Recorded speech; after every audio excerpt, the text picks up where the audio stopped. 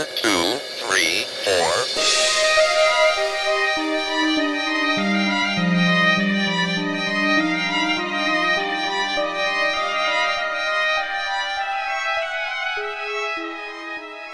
Hi guys, I'm Marie. And I'm Maddie. And we are here recording Lost in the Woods. Welcome, welcome. You probably already knew that. Yeah. Because you clicked on it.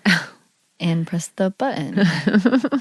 Today, we are going to talk about SOS in the Rocky Mountains, which is one of the craziest stories I have ever researched. On January 6th of 1982, Harold E. Bray, a passenger on a United flight flying over Colorado on its way to California, would be looking out the window and would see flashing lights in the mountains. And this was on Guanala Pass. He would see 3 short, 3 long, and 3 short, which is Morse code for the international SOS, or save our ship or save our soul. I think everyone knows what SOS means. Yeah, well, I would hope so. Internationally used. I would hope so. Pretty sure that's But would most people know it in order to send it or know it when they saw it? Harold was a Jefferson County sheriff, and he would recognize the pattern of the flashing lights as an SOS call for help. He would relay the call for help to the crew and the pilot, who would relay this to authorities, which I don't even think these days you could get a message like this to the pilot. Think about it. Like, if you saw something on a plane, what do you think the chances of you getting to tell the pilot about it are these days? In response to the pilot calling this in, a Rocky Mountain Airway plane piloted by Mike Wilcox would circle the area investigating, and he would see the headlights of a truck stuck on the pass. He would flash his landing lights to let the stranded motorist know that he had been seen. He would then radio the FAA, who would notify the Clear Creek County Sheriff's Office. And just before midnight, a dispatch would go out about the stranded motorist. The guy's freaking lucky that anybody even saw his lights. Dave Montoya, a fire chief in Clear Creek County, would respond, and he would find himself driving up Guanala Pass looking for a potentially stranded motorist. It was snowing heavily and temperatures were well below zero. At the top of the pass, he would find 30-year-old Alan Phillips with his pickup truck stuck in a snowdrift. And this was at about 11,665 feet up the pass. So they're pretty high up there. I feel like a pickup truck is like a really bad thing to drive in the snow, too. Especially if you don't have any weight in it. When Phillips saw Montoya, he would say, "Oh God, I'm saved." He said that he had gotten drunk and tried to drive home. Montoya said, "You came up over the pass?" And Phillips would say, "It seemed like a good idea at the time." He said he had been visiting with friends in Bailey, Colorado, and thought that he could make it home. And after getting stuck in the snowdrift, he had tried to dig the truck out, but was unsuccessful. And it was 20 degrees below zero, so he felt like it was too cold to go for help. And when he heard the airplane flying overhead, he had started flashing his lights. Montoya said that he couldn't believe how lucky this guy had gotten.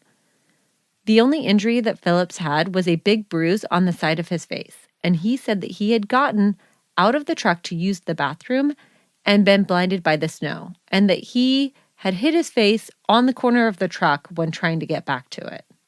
Ironically, this was not the first time the two had met. They had actually worked at a local mine together where Montoya was a miner and Phillips was a mechanic. But it would be 40 years before Montoya would see Phillips again.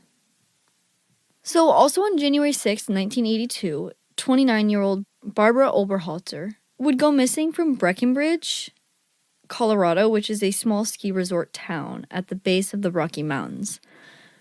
And this town only has a population of 1,200 people. So Barbara, or Bobby Jo as her friends called her, and her husband Jeff lived in the mountains of Colorado. And they were actually trying to have a baby at the time that she had gone missing. On July 6th, Bobby got a raise from the real estate company that she'd been working for, and She would call her husband to tell him that she was going out with friends to celebrate. She would call him collect at about 6:20 and say that she was getting ready to head home. So she's calling him from the bar at 6:20. She would need to get a ride home as she had hitchhiked to work that morning. Yep. Which was a very common thing for Barbara Jo to do. After this, she went back into the bar and told her friends that she wanted to go home. And around 7:45, she would put on her coat and her gloves and her backpack, and she told the bartender that she was going to hitchhike home because her friends weren't ready to go. There was a common area called Hitchhike Station, so obviously hitchhiking was pretty common in this area at this time. And it was thought that she went there to try to get a ride. Okay. Her husband, Jeff, woke up in the middle of the night to realize that Bobby wasn't home. And then he would go to drive the route that she would have taken to get from the bar to their house. And after finding nothing, not seeing any signs of her, he went right to the police station.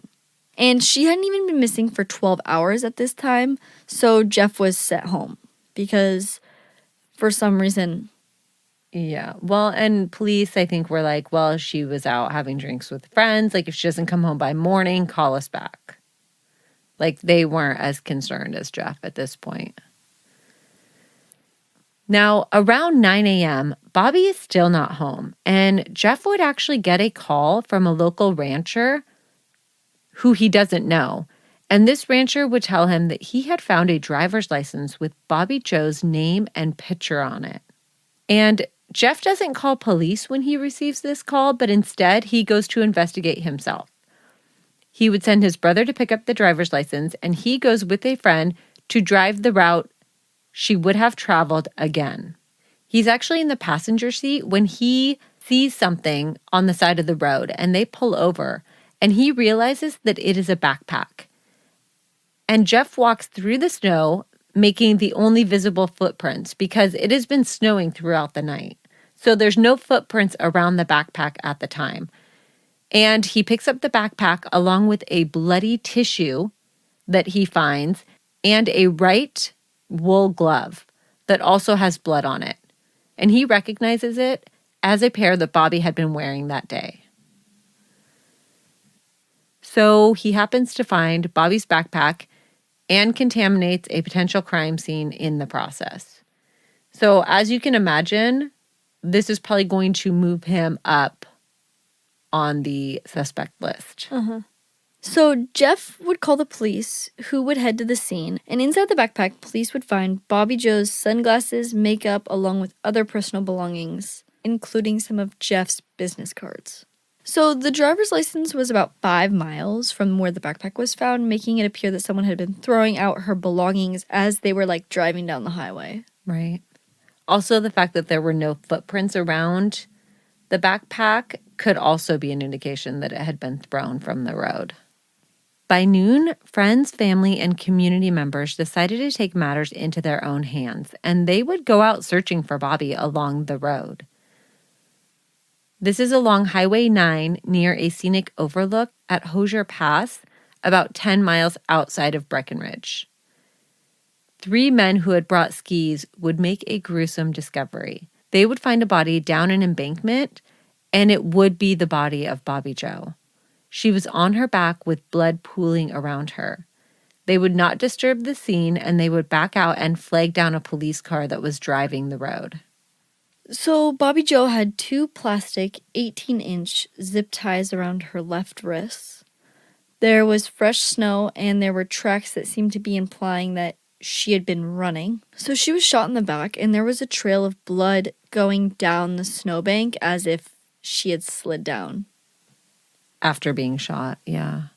So it sounds like maybe she escaped an attacker before both of her hands could be bound together. She runs, is shot twice in the back, just before reaching the safety of the woods. But neither of the gunshot wounds actually were fatal. She actually bled and froze to death. Which, fucking Christ, I can't. Police would contact Steve, and he would insist on seeing the body of his wife, saying that he needed to make sure that it was her. And he actually made them unzip the body bag because she had already been collected at this point. When searching, police would find evidence about 130 yards away. In a nearby parking lot, they find a key ring, and this key ring is one that her husband had made her to use for self-defense. But police would find something much stranger. They would find a single bright orange sock. But Bobby Jo was wearing both of her matching white socks and in fact was fully clothed. So it's not one of her socks. Correct. Which, how bizarre to find like a random sock near her keys that doesn't belong to her. Yeah, he parked. She opened the car door and bolted. A man would come forward saying that he had pulled over at the hitchhiking station when he saw a woman matching Bobby's description. And he said that he had offered her a ride home, but he wasn't going as far as her, and she didn't want to be stranded in the middle of nowhere trying to get the rest of the way home. So she turned down his ride. But that would end up being the last known sighting of Bobby. So Bobby's family would say that something seemed off with the marriage. Just 3 months before she went missing, she had flown home when her mom got remarried, and Jeff did not come with her. Jeff would give what the police believed to be a fake alibi. And this alibi was literally that he was just with an acquaintance. Who police were never able to find. So he was probably having an affair. So now Jeff would volunteer to take a polygraph. And in fact, he took 2 and would pass both. But you guys know how we feel about polygraphs, so... It was also rumored that Jeff was having an affair at the time of Bobby's disappearance. Also, the type of blood on the glove does not match Jeff's blood. Jeff's blood does not match any of the blood that was found. Correct, because at this point, they can only test what type of blood. They're not able to test it for DNA. And the type of blood does not match Jeff's. But it does match Bobby Jo's blood type. So the fact that the blood on the glove doesn't match Jeff actually doesn't mean much because it does match Bobby Jo's at this point. Yeah. I want to switch gears for a second and talk about another woman named Annette Schnee, who we would learn also went missing on the same day as Bobby. So Thursday, the same night that Bobby went missing, around 4:45, a witness reported seeing Annette in a deep conversation with a dark-haired woman outside of the local pharmacy. And this pharmacy is near another one of those hitchhiking stations. And Annette was also known to hitchhike. Again, very common at this time in this area.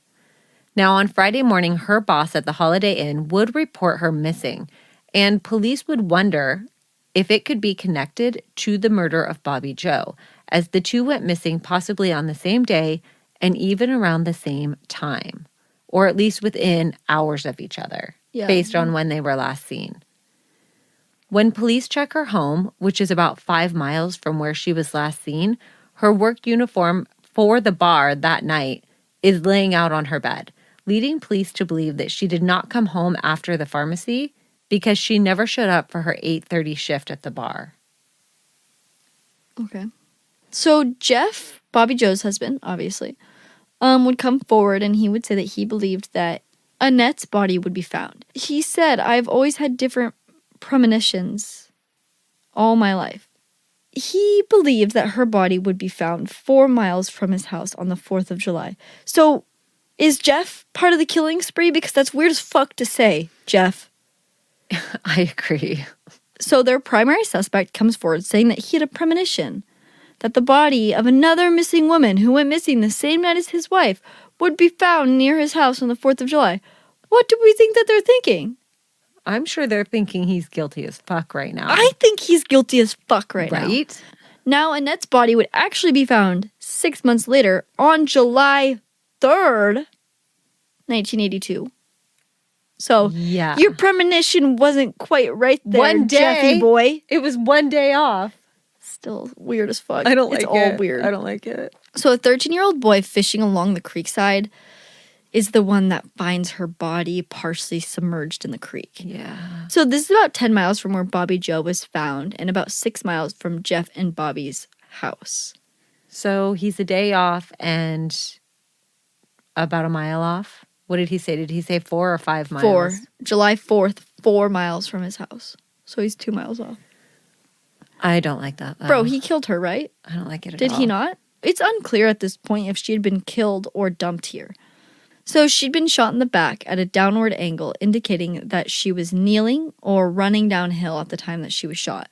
But the gunshot wound, once again, did not kill her, and her cause of death would be determined that she had froze and bled to death. Ugh. And basically all evidence is gone because they were killed during the snow. There was snow everywhere. And Right. now when her body's recovered, there is no more snow. So there's no evidence anywhere. Right. Not only did Annette and Bobby Jo disappear on the same day, but obviously their cause of death is the same. Yeah. Now, the zipper on Annette's jeans is broken, and her boots are on the wrong feet, and this led police to believe that she had been sexually assaulted. But too much time had passed. There's really no evidence left on her body. But the connection to Bobby Jo would become even more clear when they would take off Annette's boots, and they would find on her left foot one orange sock, and her right foot has no sock on it.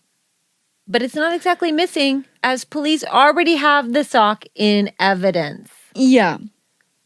But to me, this would indicate that Annette was actually killed first. Yeah, that would make sense if Annette was killed first.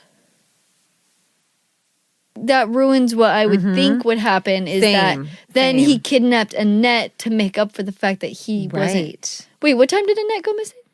Annette goes missing around like 4:45 is the last time she's seen. PM? Yeah.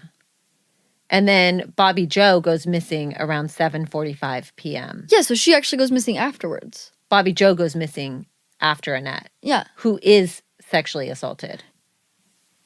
Crime scene.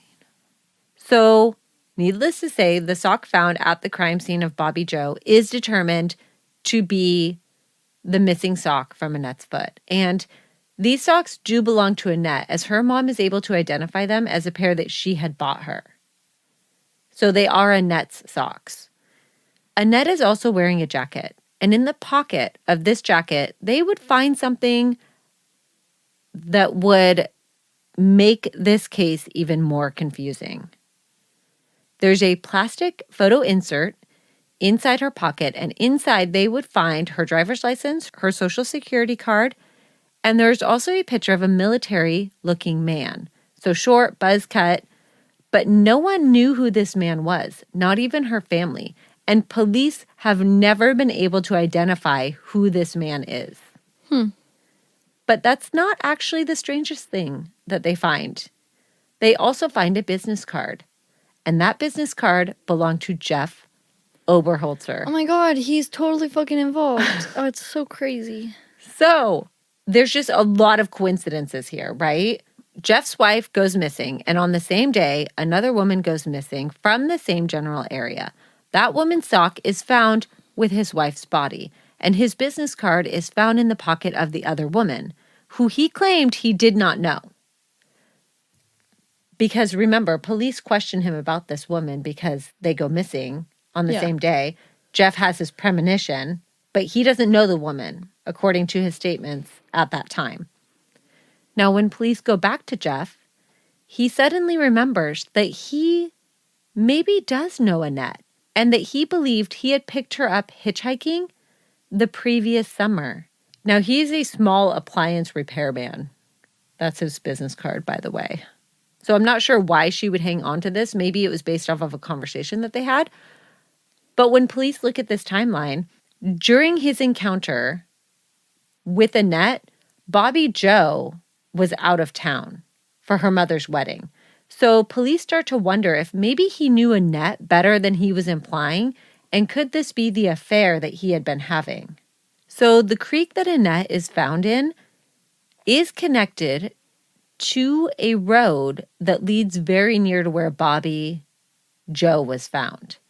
So she could have been killed and left there, or she possibly could have been murdered closer to where Bobby Jo was and her body dumped into the water, and she ended up 10 miles downstream over the 6-month period that her body was missing. So police figure it could have happened either way at this point. So even with all of the evidence and both women now being found, both cases would go cold. There is a new suspect that emerges at this point, and this would be Thomas Edward Luther. He's also known as the Colorado spree killer, which this would make sense for what we've seen with these two women. Spree killing looks like that.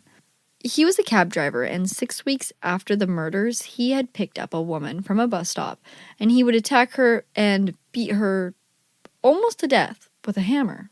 And he would serve 10 years. Oh my God. 10 years? Are you fucking kidding me? That's so painful. I'm sorry. It's because she survived. That's why he only got 10 years. I don't give a damn. Agreed. You beat someone with a hammer? You should just get beat with a hammer. By the way, while in jail, he did confess to his cellmate and multiple other inmates that he had also murdered 2 other women. Good. So he did have access to a revolver that matched the weapon that was used in Annette's and Bobby Jo's murder. Police would visit him in prison, and he would deny any involvement, and he would say he would not have used a gun to kill those women. He would have used a hammer or a knife. Mm-hmm. More of an intimate man. That's what that is. You're disgusting. So he would take a polygraph, and it would come back inconclusive. Shocking. Well, when you're a psychopath, you know, those things can be inconclusive. But this would not be the end of Luther, don't worry. After getting out of prison, he would befriend a woman, take her into the mountains, where he would shoot and kill her before burying her. Oh, look, he used a gun. Yeah, so at this point, I'd say he's looking pretty good for the 1982 murders. Yeah. Now, as time passed, so would advances in DNA. And police would go back to the case and they would run the blood on the glove again, which they had believed contained Bobby Jo's blood. But they would be in for a shock when the DNA would come back as male. So now police have male DNA associated with Bobby Jo's case that they can run. They put it into CODIS, and they run it against their current suspects, which are Luther and probably Bobby Jo's husband, Jeff. They would get no hit in CODIS, and the DNA did not match Jeff or Luther. So basically, there's no hits in the system, and their only 2 suspects have basically been ruled out. Fun. Annette's family would hire a private investigator named Charles McCormick, and he was a retired Denver homicide detective. McCormick would charge them $1 per year. 10 years later, he would join the district attorney's task force investigating the case. So they would spend about a year wandering through hundreds of family trees with no luck. Right. And we've heard about this kind of mapping where it's actually really complicated, right? So you take DNA, you enter it into a database, and you try to figure out where in the family tree this DNA could belong. Because it'll attach you to a family, basically. But then, or multiple families. Mm-hmm. But then trying to figure out who actually is associated with it is a lot more complicated than just, oh, look, it's probably Uncle whoever, right? On January 9th, 2021, he would get a call from a genetic researcher, and she would say, "We got him." Well, technically they had 2 suspects, Alan Phillips and Bruce Phillips, and they were brothers. Police would interview Bruce first, and he would say that he had never lived in Colorado, but his estranged brother Alan had. Yeah, so police would follow Alan Phillips for 5 weeks. And he would throw nothing away. He didn't even put out his garbage. One day he would leave his house and go to a Sonic drive-in, and they hoped that he would throw his trash away there, but he didn't. He took it with him. He then went to the post office where he walked in with his sonic trash, and he would throw it away inside the post office. And police would actually collect his trash.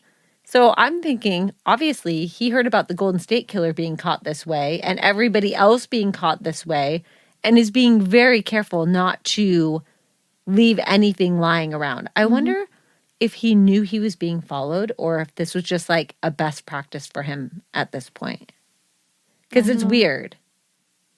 Imagine never throwing a Starbucks cup away, a fast food wrapper away, not putting your garbage out at the curb, like never giving anybody access to anything that you basically touched is kind of crazy. 5 weeks of that. 5 weeks, no. Just because I throw my trash away that I have inside of my house. But like other garbage, 100%. I can collect 5 weeks of garbage in my car. Sick. 110%. Not me. I throw my garbage away, at Auntie Hannah's house all the time when I go there in the morning because her trash can is like right there.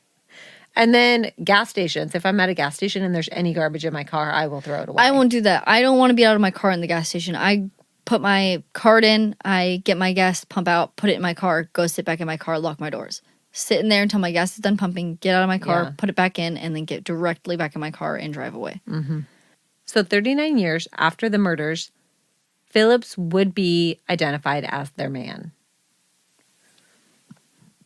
Now, Alan Lee Phillips was 31 at the time of the murders, and he had never been on the radar of police before his DNA would point them in his direction. Police would decide to make a controlled traffic stop where they would arrest him. Dude, he's like in his 70s now. But don't worry, he did have a criminal history. Phillips had been arrested in 1973 for assault and burglary. So this is almost a decade before the murders of Bobby Jo and Annette. Phillips had picked up a woman that was hitchhiking in Breckenridge and then drove her to an abandoned cabin where he pulled her from his Jeep, picked up a rock, and hit her several times over the head with it. Now, apparently, she was able to convince him to let her go, and she would go to the police.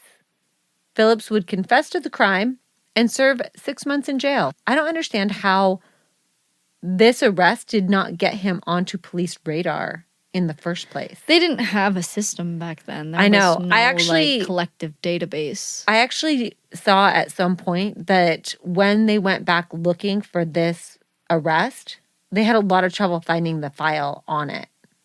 Like, it wasn't just like there for them to look at. Like, somebody had to actually go dig for it in like a basement.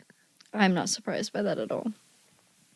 His name had also come up in a double murder in 2005 by a lead that was called into Crime Stoppers, but police were never able to confirm that information. So he's also possibly a suspect in a double murder in 2005. And they're like, nah, he didn't do this. So Phillips is now 70 years old. He has 3 children. They're adults now, though. And he had been living just behind a popular rest area off of Interstate 70 in Dumont. And this is about 20 miles from Guanala Pass. So he is charged with 2 counts of first-degree murder, 2 counts of kidnapping in the first degree, and 2 counts of assault with a deadly weapon. Can you imagine at this point how Jeff Oberholtzer feels hearing this news? Because I guarantee you, if this had happened with a sheriff department that was maybe a little more ambitious, he easily could have been arrested, tried, and maybe even convicted for these murders. Think about the circumstantial evidence. Like, Jeff could have been spending all of this time in jail. But even without that, he spent all of this time living under suspicion, where a lot of people believed he was guilty.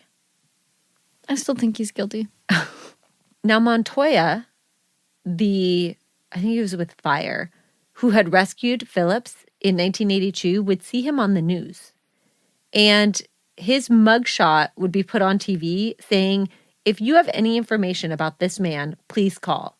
And this would bring Montoya back to the night of January 6, 1982, when he had driven up Guanola Pass to rescue the stranded motorist. So Montoya would call in, bringing this case full circle to the night that both women went missing and how Phillips had become stranded on Guanola Pass after murdering the two and gotten himself stuck in a snowbank after disposing of their bodies. How fucking crazy is that? Montoya would say, if I would have known what I know, then I probably would have left him. Yeah.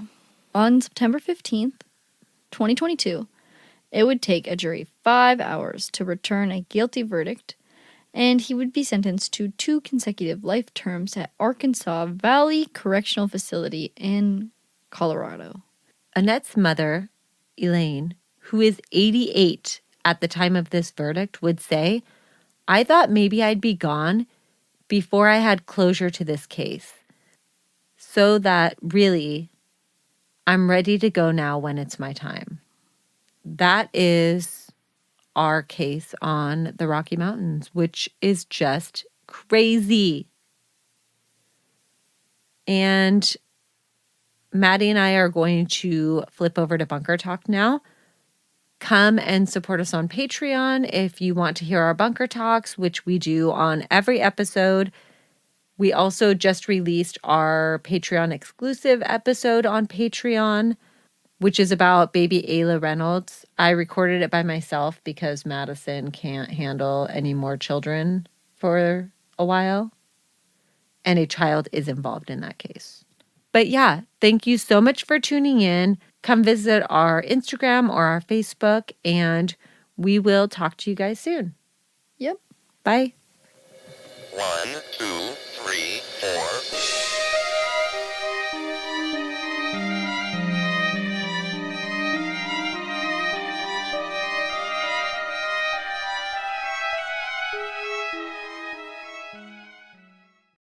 And he was eating it. He was loving it. You know, he eats, Goose. Goose ate all your plants. So every time a plant comes into... That's what Goose gets for eating plants. Yeah, so turns out he wasn't chewing this grass. He was just swallowing it. So he was like, I am assuming, like, coughing it up. He first cried to me in the kitchen. He, like, made, like, this horrible crying noise that I've never heard him make before. And then he went into the dining room and started drooling profusely, like, gagging, like he was, like, dry heaving, trying to throw up. God. And he had, like, his tongue sticking out of his mouth. It was the absolute saddest cat throw up I've ever seen. Because he was not... Goose has never thrown up before, so this was his first time He probably throwing didn't up. understand what was Yeah. happening. Well, he cried. Poor And then he, like, baby. threw up a bunch of liquid, and he wasn't even, like, hunched over, like, the normal cat throwing up position because he literally just didn't know what to do. He was, like, sitting straight up when he threw up. God. And then he threw up, like, a nut more, and then... But he kept freaking out every time the grass would, like, almost come up, and he would, like, swallow it down because he would, like, freak the fuck out. So he eventually pooped it Gross. out, but... He also threw up all over the floor, but it was more like just really sad, and he is really he was sad. just so confused afterwards, staring at his puke like traumatized. Man, Mystic just got really excited when Maddie got here and like crawled into her lap and was so happy. Yeah, I miss him. It was very cute. It was very, very cute. People are like, "How many cats do you have?" I'm like, "Well, I have 2. I kind of have 3, but I only have 2." But one's in foster care at my Yeah. mom's. I do think that he's happier here than he would be at your apartment. 100%. For sure. He wouldn't be able to go outside as easily. I know. There's more cars, less area for know. him to play around in, and he just doesn't like the boys. Yeah. You know what I'm realizing, though, is that Phoenix is not much of an animal person. She's kind of like me. Like, he'll, like, get up and, like, try to cuddle with her, and she's just like, oh, Mystic.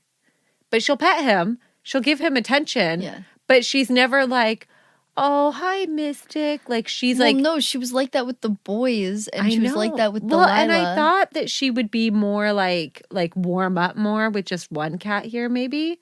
But apparently not. Like, she's just like, no.